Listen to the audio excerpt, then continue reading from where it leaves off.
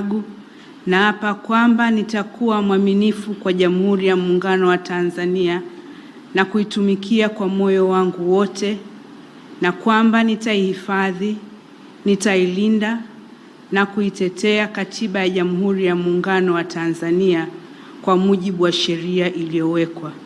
Ewe Mwenyezi Mungu nisaidie.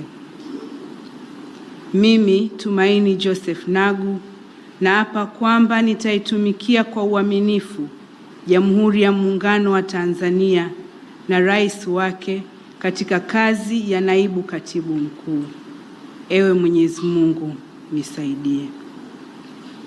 Mimi Tumaini Joseph Nagu naapa kwamba katika kazi yangu ya Naibu Katibu Mkuu, kwa vyovyote vile sitatoa siri ambazo nitazijua katika kazi yangu, isipokuwa katika kutimiza wajibu wa kazi hii.